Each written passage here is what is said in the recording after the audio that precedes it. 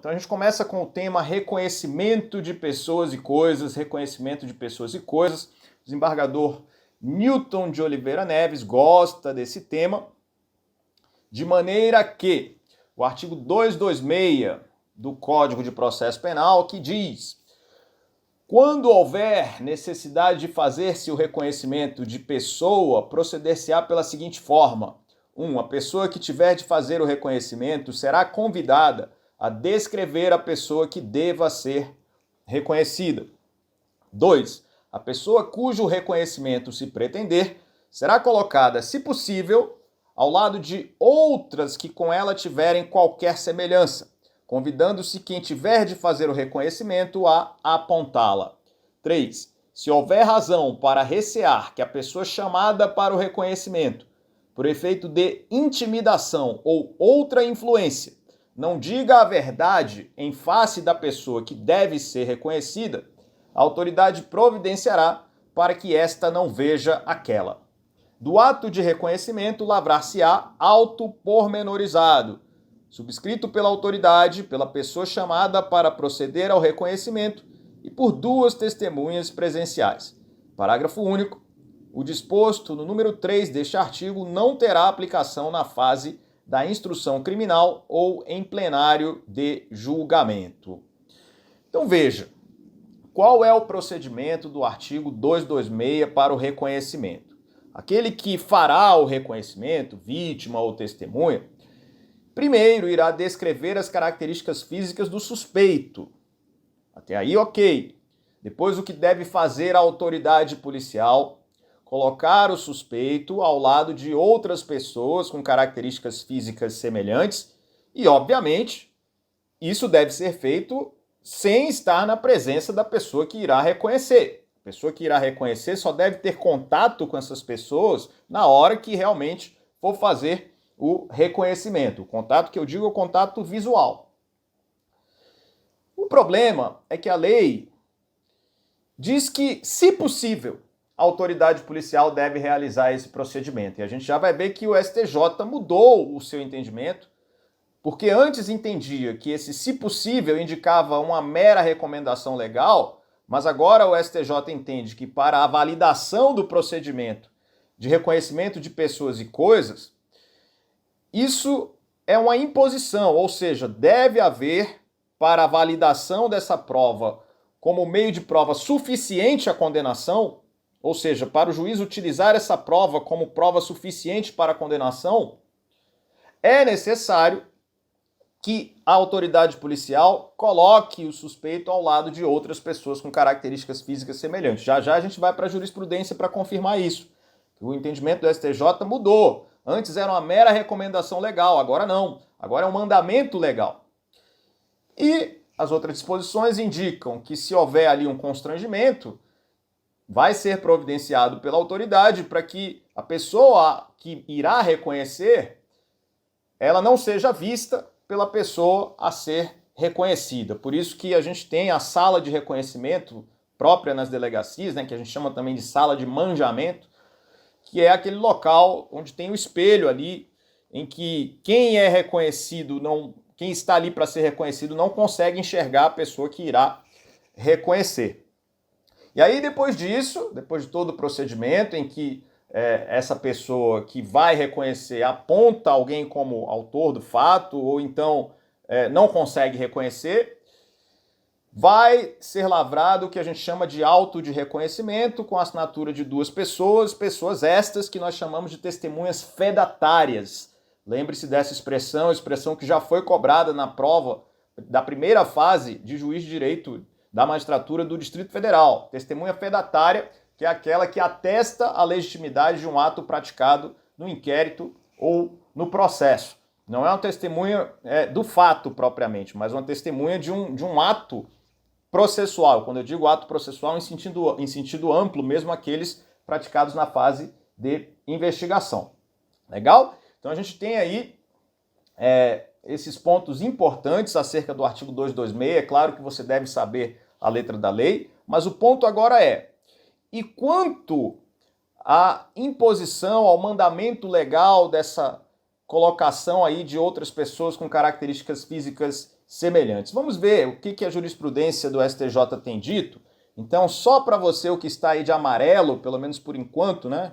Começando aí do número 1, onde está de amarelo, ó, a jurisprudência desta Corte Superior havia se consolidado no sentido de que as disposições contidas no artigo 226 do Código de Processo Penal configuram uma recomendação legal e não uma exigência absoluta, não se cuidando, portanto, de nulidade quando praticado o ato processual, de forma diversa da prevista em lei.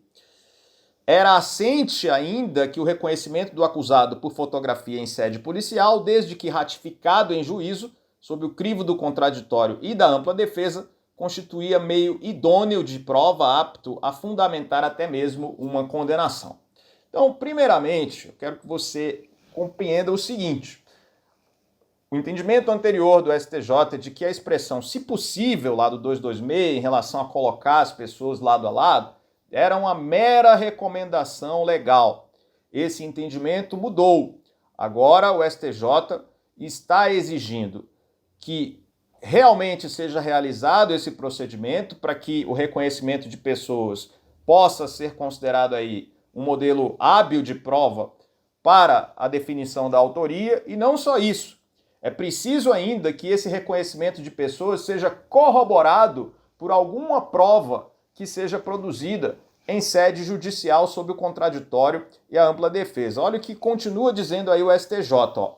Recentemente, no entanto, a sexta turma desta corte, no julgamento do HC 598-886, relator ministro Rogério Schietti Cruz, revisitando o tema, propôs nova interpretação do artigo 226 do CPP para estabelecer que o reconhecimento de pessoa, presencialmente ou por fotografia, realizado na fase do inquérito policial, apenas é apto para identificar o réu e fixar a autoria delitiva, quando observadas as formalidades previstas no artigo 226 do Código de Processo Penal e quando corroborado por outras provas colhidas na fase judicial sob o crivo do contraditório e da ampla defesa. Então, o que você percebe aí?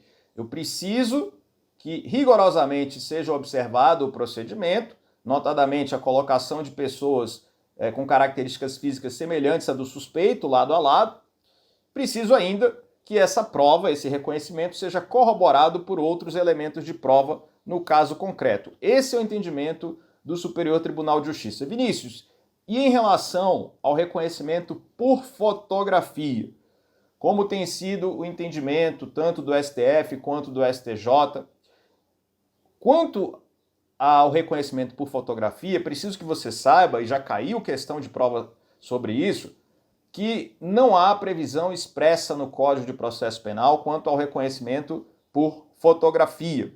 De maneira que, não havendo previsão expressa, a doutrina vai dizer que essa prova é chamada de prova inominada.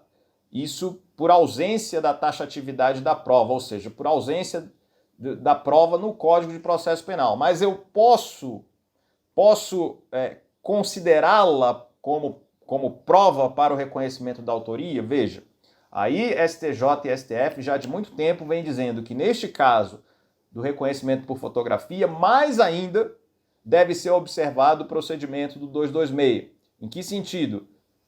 Outras fotos de outros sujeitos com características físicas semelhantes devem ser colocadas ao lado da foto daquele que é o suspeito, para que quem fará o reconhecimento possa apontar para a foto correta, sem prejuízo daquela etapa anterior de descrição física, sem prejuízo daquela etapa.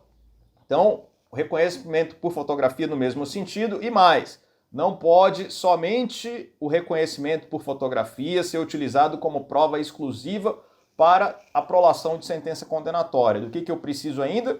Que sejam corroborados os elementos de prova na fase do contraditório e da ampla defesa, ou seja, na fase judicial. Compreenderam isso? Então, é neste sentido que tem ido a jurisprudência do STJ quando se trata de reconhecimento de pessoas e coisas. Ainda nesse ponto do reconhecimento, os artigos 227 e 228, que aparecem aí para você, eles precisam ser observados. No reconhecimento de objeto, proceder-se-á com as cautelas estabelecidas no artigo anterior, no que for aplicável.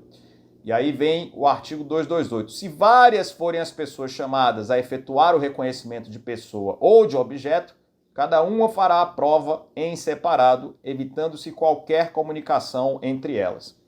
O 227 é interessante porque o procedimento de se reconhecer não é só em relação a pessoas, mas também em relação a objetos.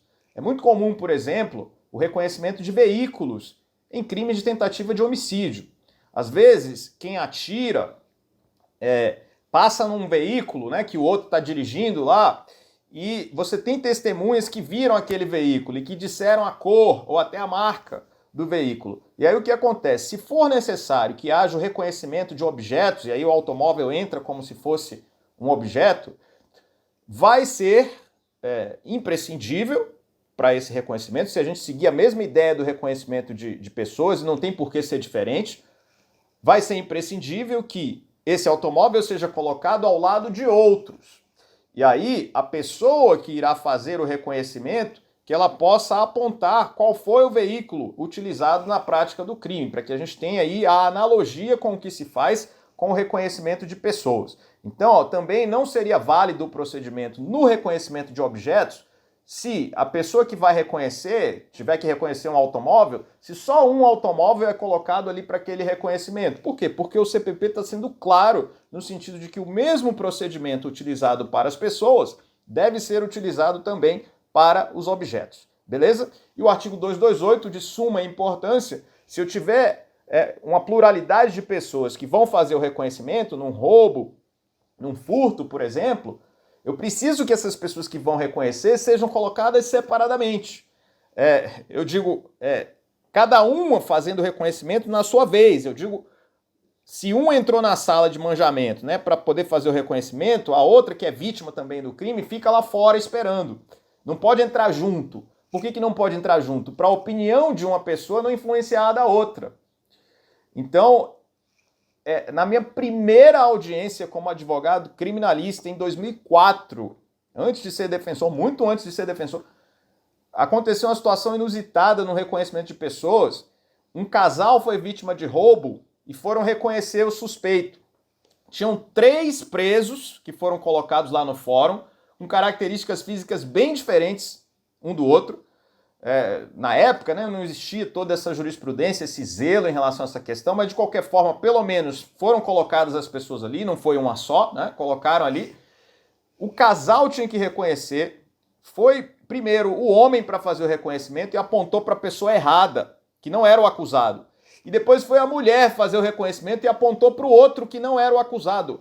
Ou seja, tinham 3 pessoas para serem reconhecidas, o casal foi reconhecer e só o réu não foi reconhecido por nenhum dos dois. E os dois apontaram para os indivíduos diferentes. Só o réu que sobrou sem ter sido reconhecido. A primeira audiência criminal que eu fiz como advogado aconteceu exatamente isso. Resultado do processo, o réu foi absolvido. Então, por isso fica claro aí que o artigo 228 precisa ser cumprido para que não haja influência de uma pessoa em relação à outra na hora de reconhecer. Beleza?